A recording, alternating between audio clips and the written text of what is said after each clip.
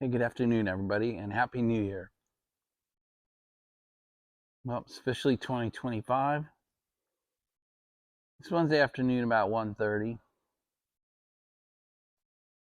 This is going to be our fireside chat today because today is my daughter's birthday. And on her birthday, she gets to choose where we go for a family dinner.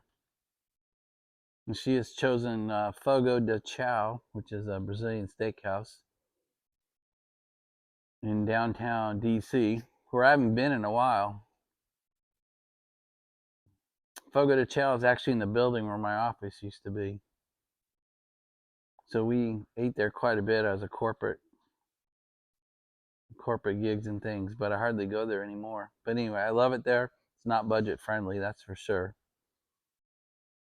Pretty typical downtown DC experience, but it's what she wants, so that's where we're going. It'll be all five of us, all three of my kids.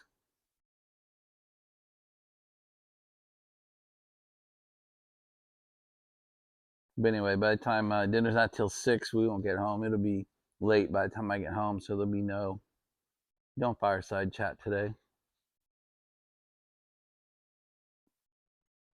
So we had a nice quiet New Year's Eve in the house. A bunch of people came over to the house. The kids' friends all stayed the night. That was kind of fun to wake up to. I will self-admit I did not see New Year's. I did not see midnight. We had the craziest full-blown summer thunderstorm I've ever seen last night. It's going to go down in probably history as the weirdest weather event I've ever seen on a New Year's Eve. Even our local emergency management called, did all the auto dials and warned people that we had a huge hailstorm headed our way. Luckily, we didn't have a bunch of hail, but it was a full-on boomer, just like we normally get on those hot, humid summer days. Really weird, but strong enough I moved as many cars into the garages as I could. But anyway, very weird. Very weird weather, but a great night at home with my family and my family's friends. My crack security team is hard on the job today. There's my primary emergency dog. Here's my backup emergency dog. Nothing's getting through this system. So I'm always pushing on you guys. Do you have a plan? Have you made your changes? Do you have 2025 laid out? Or is 2025 going to be just like 2024?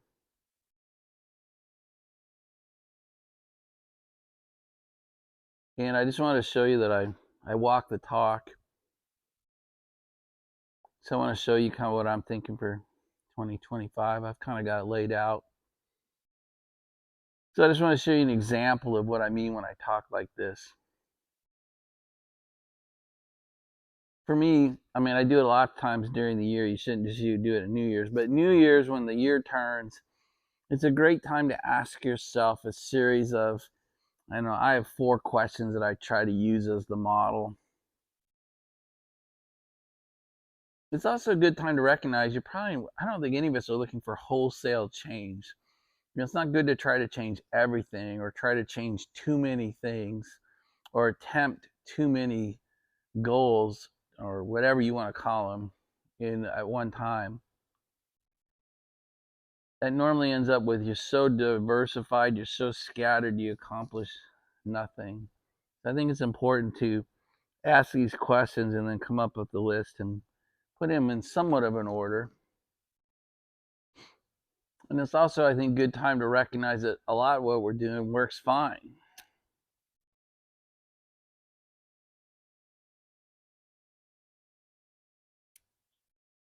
Thank you, Greg. Smoking the Maryland Meerschaum Church Warden, and the St. Bruno's is gone. It's out. I'm out of it. Can you believe that? Gotta throw that away now. Boo. But it opened up. I'm smoking Mark's sample he gave me, Boswell's Northwoods. I've never smoked it before. This is my very first bowl. After 2 years, my mouth isn't a friend to Latakia still, or Latakia. I think I detected in here. Just trying to mature that palate up. So these are the 4 questions I ask. They generally help me. The answers to these questions generally help me come up with some targets for change or targets for continuation. Because sometimes if you just sit down with a blank piece of paper and say, what are my plans for 2025? You're like, holy shit, man. I mean, you get blank screen syndrome. You just sit there. Some of you will be obvious, but for a lot of us, it isn't. Especially when you're looking at a term like a year out. Like you want to think about where you want to be today, a year from today. So here are the questions I try to ask myself, and I coach others through if they need help. So the first one is easy. What's working that I should keep doing? Right? Make sure you know what that is. Hey, these things are working in my life. These are the things I'm doing right, and they're producing the results I want, whether it be relationships or work or whatever. Here's the stuff that I shouldn't mess with, right? Don't fix what ain't broken. So just kind of list those things out. And then what am I doing that needs some modification or tweaking, right? Because that could be fairly easy, long-hanging fruit, as they say in the management books.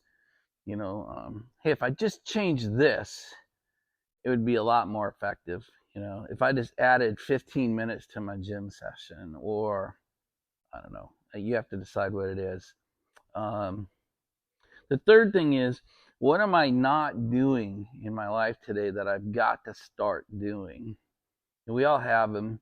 Maybe you're not going to the dentist.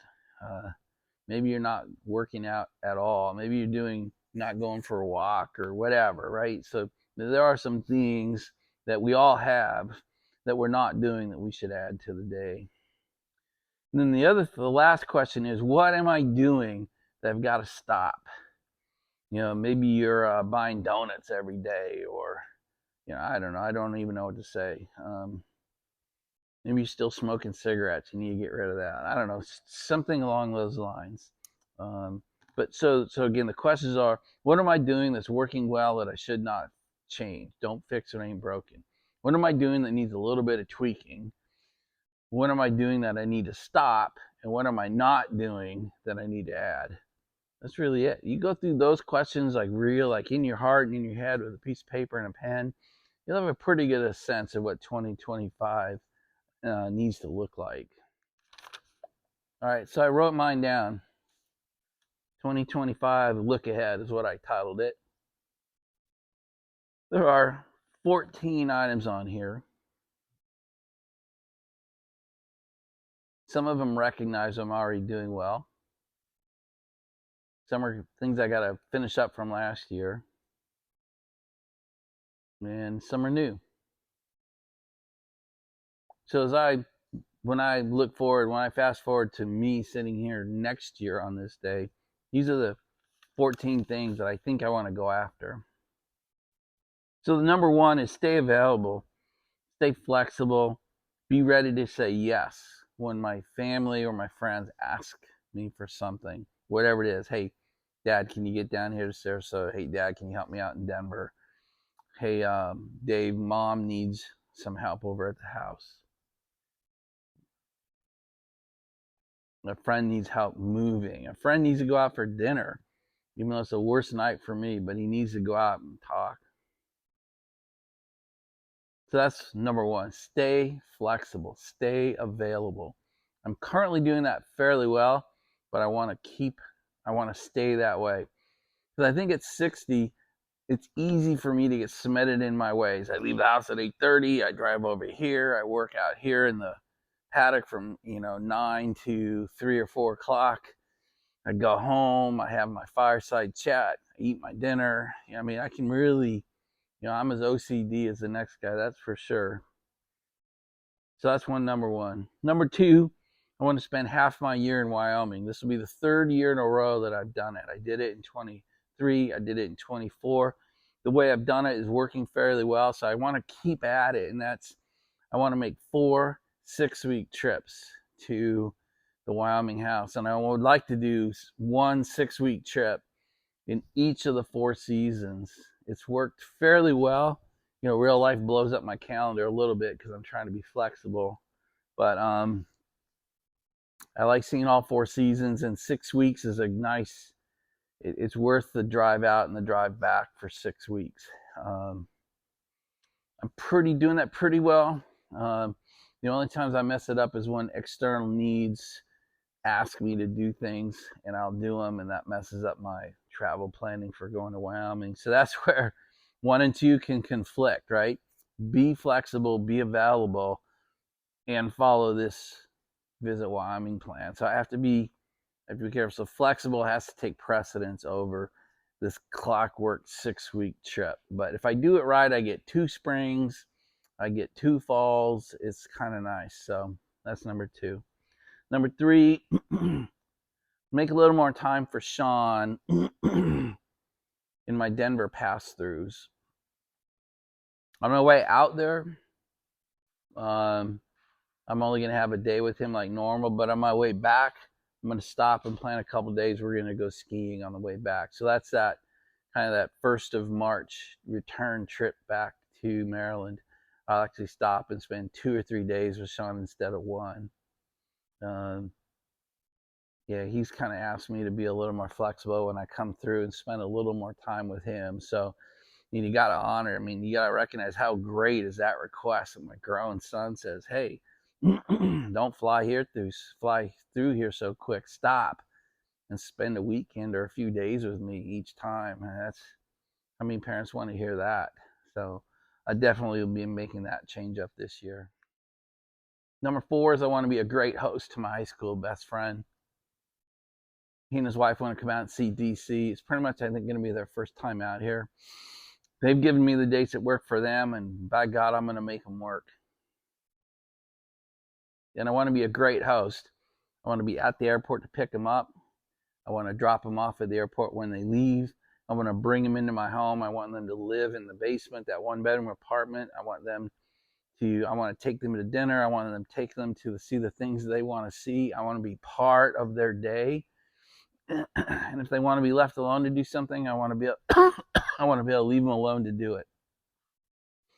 So that's part of that being a good friend, right? That it's gonna blow a week or 10 days out of my schedule, and I'm gonna have to be flexible and available and allow it to happen because I want to do it. Because when they leave, I want them to go, "Man, David and Marie were great hosts. That was a great week." Number 5 is my daughter's graduation from university. She graduates the first week of May. And I've got to be available and flexible to support that activity. And there's 2 ways I think I'm going to have to support it. One is I've got to be there. I've got to physically get there on that day and be part of the graduation. Be there, be present, be focused on her and her graduation. This is a big deal in her life. In her mind, this is 1,000 times more important than high school graduation. This chick has poured her soul into this program, and to graduate with it's a prestigious school. It's a very prestigious program. She's probably going to go work for one of the best companies in the world. So I want to be there for that. But I also need to support my wife being there, because what that means is my wife's going to want to go down a couple days ahead of time, make sure she's ready. She's going to want to stay there afterwards, help her pack, get her room torn apart, get her moved on, and then physically, I think, drive with her back to Maryland, because we're moving Lauren back home after the day after graduation. And so both of us can't be gone from Maryland for that long a time. We can't be gone a week at the same time. So it might mean my wife flies down and spends a few days, and then I drive down the night before, and I'm only gone one night, and then after graduation I fly back home, something like that, so that my wife can focus on our daughter. And I've got mom, I've got our autistic niece, I've got the horse farm, I've got the dogs. I handle all the logistics so my wife can focus on our daughter, but I can't goose egg the event. I have to be able to do both. So that's why it's on this list, because I got to plan for it and do it right. So I've got to get some things done in Wyoming. I have 2 maintenance items I got to get done. One is finish that damn master bathroom shower. I've got to get the tile work done. I found the guy. He's ready. I leave in 16 days. So when I get back there, one of the first things I'm going to do is have him come to the house. Let's get this job scoped and priced, and let's get started. And then we have a bit of a kerfluffle in the guest house. I think my house sitter turned the heat off last summer and forgot to tell me, and forgot that he did it. Winter came, we had deep freeze, I had a pipe crack, and we had a little bit of water damage, so I've got some plumbing work to get done in the guest house. So those are the 2 maintenance items that I've got to get on and get them fixed, because I want a glitchless property. I need things to work. And I was down to 1 thing, and now I've got 2, but I'll bang them out. We'll get those 2 things done. But then I've got a much larger 2 projects. One is to finish the tree project you guys watch me do. I can't touch it until the snow melts off, which is May or June. So the summer trip and the fall trip this year will have 2 major tree projects. One is to finish cleaning up all those trees I chained away from the house. They've got to get limbed, bucked, and hauled to the back. So that's the first tree project. And the one I want to get done, the one I want in my heart, is I want my view. So I've got another 40 or 50 tree project that I've got to get done. I got to drop them, chain them, limb them, and buck them, just like I did. Now the difference here is at least they're focused. They're all right here. And so I can drop it. They're very close to my pile in the back, by the way. So the chaining is only going to be 50 yards. And then I can limb them, buck them right into the burn pile and right into the split pile. So, but if I can get those 2 maintenance items done and those 2 giant tree projects done, I'm essentially done after it'll be 4 years at that point. I'll be done with big stuff being done at the house, and I can then switch my Wyoming life to an enjoyment mode. And all my friends are bugging me about it, and I want to do it. Wyoming right now has been fun, but it's been mostly work for the last, it's been 3 years. October was 3 years. And I want to change that. I want to start doing fly fishing and hunting and hiking and boating. And I want to start having some fun and enjoying my time with my guys out there. And if my family can get out there, actually start showing them a really good time as well. So anyway, those are items. So let's see, that was item 6 is the 2 maintenance items, and item 7 on my list are my 2 big tree projects. So item 8 on my list is I've got to replace that Ford Expedition. I don't want to. It's 2018. It's got 85,000 miles on it. It runs great. I love it. It's the perfect dog vehicle. It got caught in a huge hailstorm at the parking lot in Denver International, so it's all dimpled up. It's a perfect shit vehicle for driving back and forth, but it's starting to have electrical and mechanical issues, and the guys that I used to fix it said, just drive it for a while. Like the front differential is starting to go out. The running boards don't deploy well, and I've got some other issues with it. So before I have catastrophic failure on it, I've got to get it replaced. So that's this year. It probably won't be in January, but one of my really good friends in Jackson actually owns the Ford dealership in Jackson Hole. So he's already looking for me. So, because I want to replace it wisely, I want to replace it intelligently. It'd be easy to go buy a brand new 2025, but that's not what I want to do. I want to buy a 1-year-old or 2-year-old, and because it's a dog vehicle. That's really all it is. It just drives me and the dogs back and forth across the United States. So, but I need a reliable vehicle, because it's a pretty dangerous trip to, you're out there on your own, and we're going through a lot of desolate country. I-70 and I-80 are dangerous roads this time of year. You're out in the middle of nowhere, and then once I turn off of I-80 at Rawlings, I am truly in the middle of nowhere for 4 hours. So I need the vehicle to be reliable and consistent. So that's on the list to do this year. So an example of something that I'm doing and doing fairly well, but I want to tweak it, I want to redo it, I want to get better at it, is my trading, my investing. I want to become a better day trader. I want to become a better bot trader, and I want to become a better risk trader. So you'll see me taking those on. It'll take me all year. These aren't the things where I watch an hour-long class and I'm good to go. This is going to take me months of watching training courses, reading books, watching smart YouTube channels, tweaking things, see what works, see what doesn't work. But I would like to significantly improve my income from trading in 2025. All right, item number 10 is I'd like to read more. Now, this is a tweak because I read, I'm fairly consistent, but I would like to read more. So to do that, I actually did something. I actually joined the Pipe Cottage Book Club. I know Dr. Alan Haraldson's a controversial character. He's taking his channel a little weird for me, but I respect the man's intellectual capability, his learning, his ability. So there's 8 books in the reading list. I've already got 5 have come in the door, and the other 3 are going to be here over the next week or so. So you can see just from the stack I just lifted up, this is a fair bit of reading to get through. Plus there's 3 more books that go on top of this. Hopefully they're not all this size. But to go through a mentored book club, I think is a good way for me to step up not only how much I read, but deepen the level of reading I'm doing. I'm doing a lot of rereading right now, and I'd like to delve into new material. So that's a tweak for me, and that's how I've actually got one where I'm telling you how I'm doing it. And I think this is a 6-month book club. So if I can actually get through and digest and really truly learn these 8 books and then do it again and maybe do another 8 with this club, that'd be great. So there you go.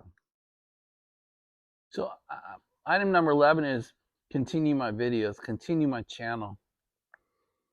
It takes a fair amount of time, so it's a commitment to the activity.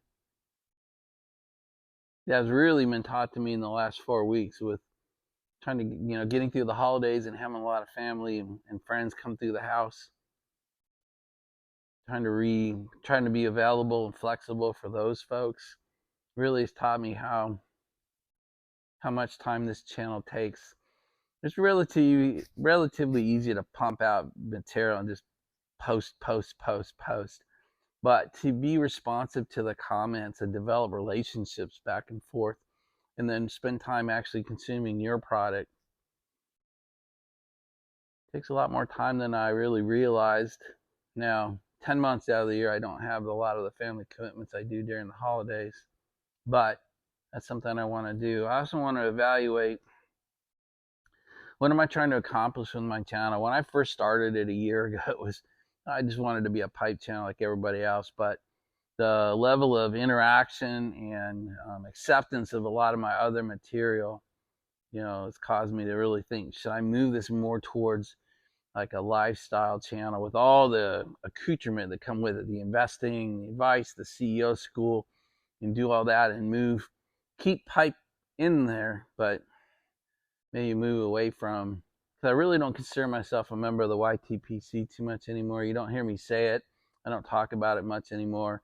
I know my channel causes a lot of controversy, not with you guys, not my core group, but I know I've got people making videos about how I've wrecked the YTPC, and I'm just anyway, just thinking about no big changes, and I'm not making any changes right now, but I'm just thinking through what works on this channel, what do I get the greatest joy from in the interaction, what kind of material.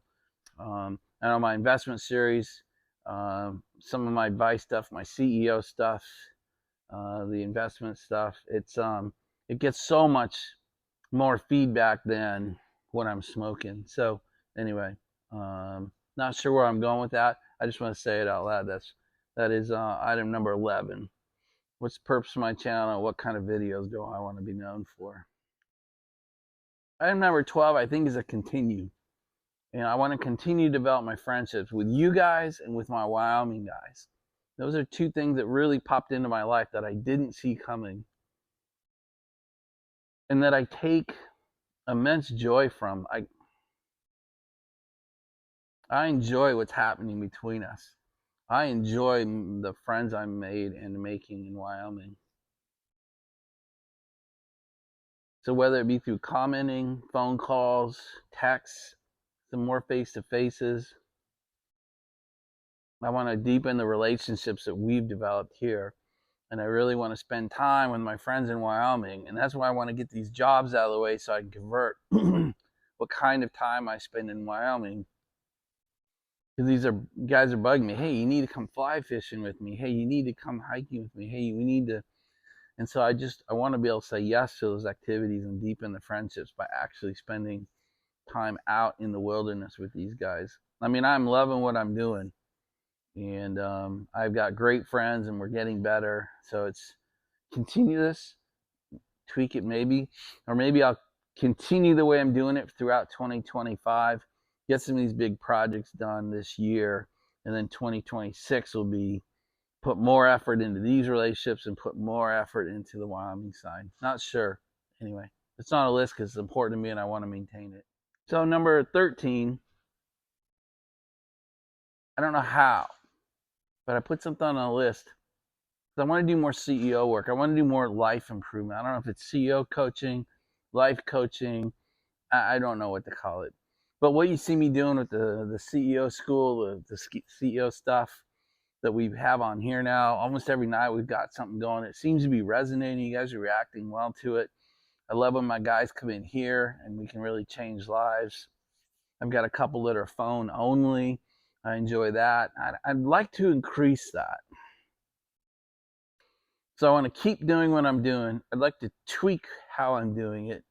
And I'd like to increase the number of people that I can help make better lives for. I'm not even sure how to say that. Is it online seminars? Is it FaceTime work? Is it a physical seminar in the middle of the country? I don't really know. I've said this to some of my students in the past. But anyway, that's on my list. Not sure where I'm going with it, but it's important to me. I like it. And if I could touch more lives and improve more people's lives, that would be pretty satisfying. And the last time is number 14. I would like to do something meaningful in Jackson Hole physically. I'd like to become a larger part of the world out there. For now, that means I think I have a chance of really helping somebody create something special, a brick and mortar just south of town. That's something special that could become regionally important and regionally known. Anyway, business plan is heading my way this week. I'll be having meetings while I'm out there. I'll be out there in 2 weeks. Not sure where it's going yet. Infants, could die an infant's death, but I'm excited. And if that goes well, maybe I continue to do that and increase my footprint, my impact, my positivity for the Jackson area. Well, guys, we're coming up on the end of this vid, man. I'm coming up on 30 minutes. I just don't know how to produce this stuff. My long-form content always seems to go 30 minutes, which is really a commitment on your end to get through it. Anyway, today's vid about 2025 is really meant to be a companion to yesterday. So I talked about, I really thought about my year last year and showed you that yesterday. And now I'm thinking about the year ahead of me.